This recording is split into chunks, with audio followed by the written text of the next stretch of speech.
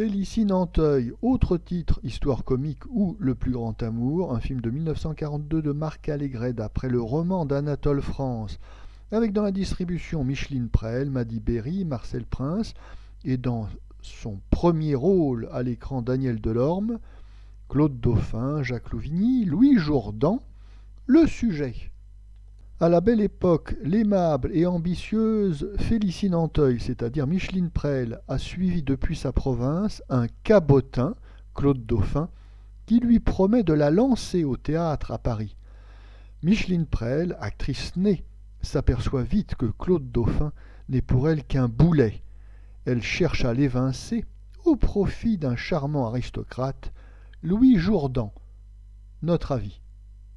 Le cinéma est fait de mode. Après l'engouement des films de gangsters, de détectives privés, il y a eu un engouement pour les films 1900, autrement appelés films désuets, et c'est le cas de ce Félicie Nanteuil de 1942, où l'on est plongé dans l'atmosphère 1900 avec des décors soignés et particulièrement réussis.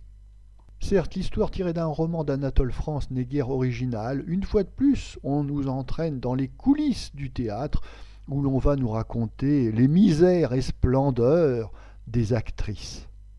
Mais au cinéma, ce qui est important, c'est la façon dont on va raconter une histoire, et ici Marc Allégret, une fois de plus, montre sa maîtrise technique et son art, justement, de mettre en image une histoire qui semblait banale au départ. Et puis Marc Allégret, c'est un grand directeur d'acteurs et surtout un découvreur de talent. Il a la réputation justifiée de lancer de nouvelles vedettes. Et ici, le film repose sur les épaules d'un jeune couple de cinéma, Micheline Prel et Louis Jourdan, que Marc Allégret dirigera dans 4 films, La Belle Aventure, Paradis cette nuit, Les Petites du Quai aux Fleurs et donc ce Félicie Nanteuil de 1942.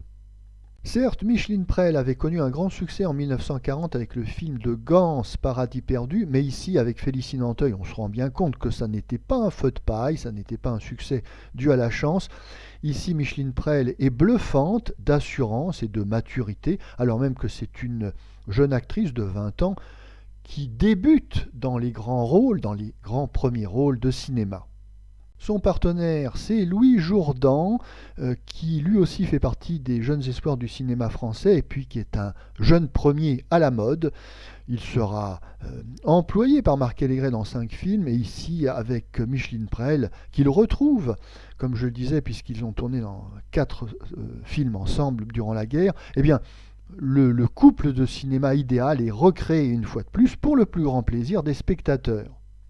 L'autre co-vedette du film, c'est Claude Dauphin, qui, quant à lui, en 1942, est déjà une valeur sûre du cinéma français. Claude Dauphin, qui sera la cause involontaire de l'interdiction du film par les autorités allemandes. En effet, bien que le film soit tourné à Nice, c'est-à-dire en zone occupée par l'Italie, les Allemands interdiront quand même la diffusion du film en France, car à l'issue du tournage, Claude Dauphin rejoindra la dissidence gaulliste et il fera partie des voix de la BBC. Le film sera donc interdit. Il sortira en 1945, mais connaîtra malheureusement un échec commercial. En effet, il est noyé dans le flot des films américains qui envahissent la France, et la mode n'est plus aux films désuets. La mode en 1945 et dans les années qui suivent, elle va au film noir. Notons enfin qu'apparaît dans ce film l'actrice Daniel Delorme, découverte et lancée par Marc Allégret, qui la fera débuter dans ses 3 premiers rôles au cinéma, Félicie Nanteuil, La Belle Aventure et Les Petites du Quai aux Fleurs.